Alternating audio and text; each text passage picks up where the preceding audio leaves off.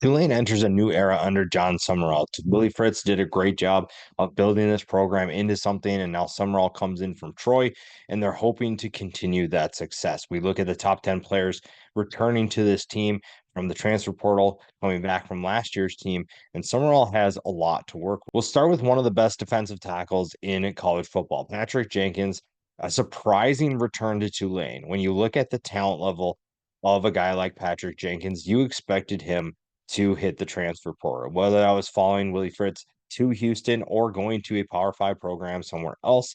You expected him to at least test the waters. Jenkins decided that he wanted to return to Tulane after a big year in which he recorded 11 and a half tackles for loss, 5.5 sacks.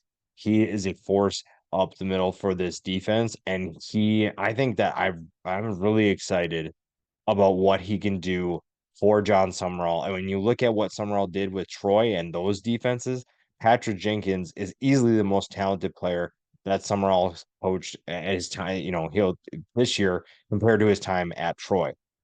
Jenkins is a leader of this defense, a group that returns quite a bit of talent, and that's going to make things really exciting for a team that is looking to get back to the top of the AAC. Running back was a position that kind of was a concern coming into last year, and we didn't know who was going to take over that job. When you look at their options, they had a couple of guys that were going to potentially take over, but no one saw Mekhi Hughes doing what he did last year. Rushed for over 1,300 yards and 7 touchdowns. I mean, when you're looking at what they had to replace, you look at Tyjae Spears and what he could do for that offense. You knew that there were options, but you were expecting more of Shedro Lewis to take over, Shady Clayton Johnson to be that guy. There were a number of guys that were considered the top options, but Mekhi Hughes was the one that took over, and he was the leading rusher by a long shot. No one else had more than 45 carries in the season. Nobody else had more than 300 yards rushing. Michael Pratt was the next closest rusher with 286 yards. Hughes was the undisputed rusher for that team, and we're excited to see what he can do in 2023. A new quarterback must be found. Into 2024, we saw what he could do in 2023, and now we're seeing what he's going to be able to do now that he has a new quarterback alongside of him. Does that mean that he's still in good hands? Or are things going to be a little bit rougher, a little bit more difficult this year? Going back to the defensive side of the ball, Jesus Machado, I think you're looking at a guy who is one burst onto the scene last year, but is going to be an absolute stud once again for this team. When you have Patrick Jenkins up front, obviously that makes things better, but Machado proved that he can be a playmaker. Now you'd like to see him be a little bit more disruptive, just 3 tackles for loss, 0 sacks, kind of indicative of what Tulane asked him to do. So not necessarily a knock on him, but you'd like to see him become more disruptive. Patrick Jenkins can do a lot of good things, but if Machado can elevate his game even more and not just do cleanup duty, this will be a defense that takes another step forward this year. Alongside of them is going to be Tyler Grubbs, the Louisiana Tech transfer. Took little time getting acquainted with his new team and took little time reminding everyone why he was one of the more exciting players in the group of five level at Louisiana Tech. 85 tackles, 7.5 tackles for loss, 3 sacks. Now, if Machado and Grubbs can kind of post this kind of a stat line, this is going to be a really fun group to watch. One of the best duos at the linebacker position in college football. The offensive line was obviously good for Tulane last year, last couple of years, I should say. And Rashad Green is one of the few returning players coming back that should lead the way. 6'4", 300 pounds, has 14 starts under his belt, 23 games of experience.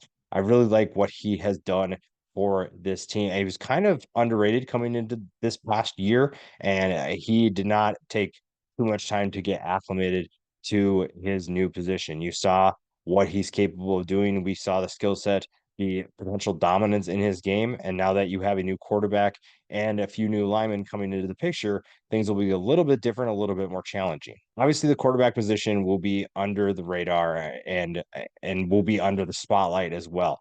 I don't think many people are expecting big things from Tulane and that passing attack, but they do have some intriguing options.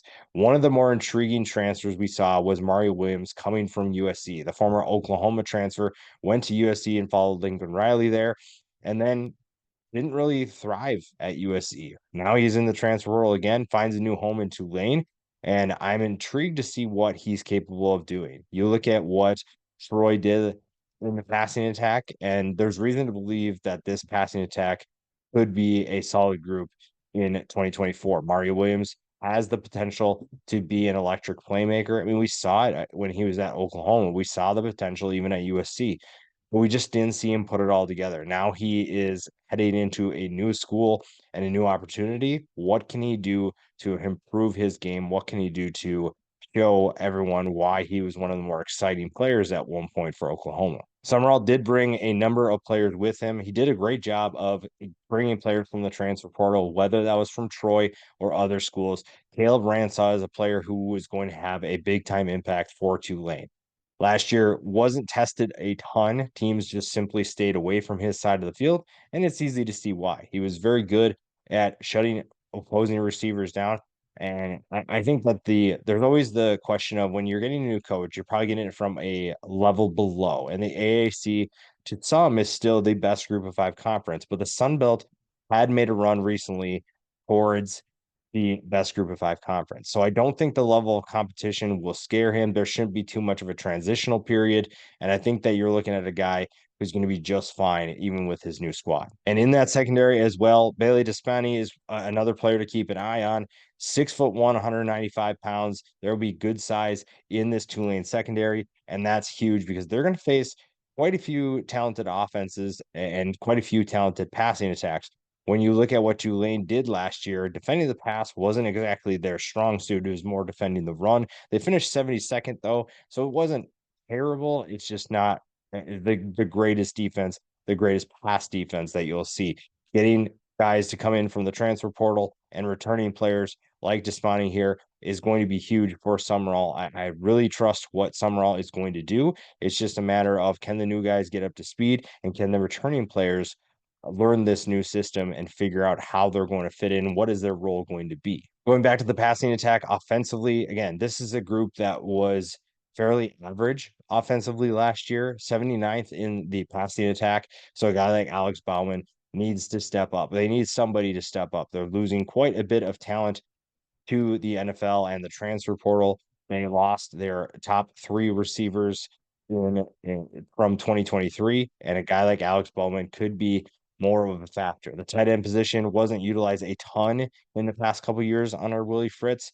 You've had some glimpses of the tight end position doing some great things, and it will be interesting to see what Summerall and his staff wants to do. What can they do to get that tight end position more involved?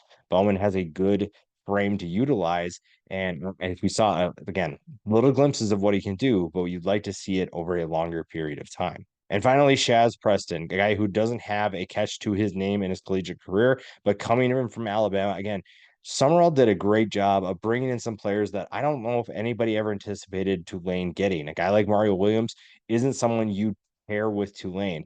You also wouldn't put Preston in that category either. So you have a lot of 4 and 5 star talent that just didn't work out at their previous schools, and now they're looking for opportunities. They realize that they want to play, and a guy like Preston could have a big time impact. We'll see how quickly he can get acclimated to this new staff, to this new team, but I really like the chances of him being a good player as long as the quarterback position sorts itself out.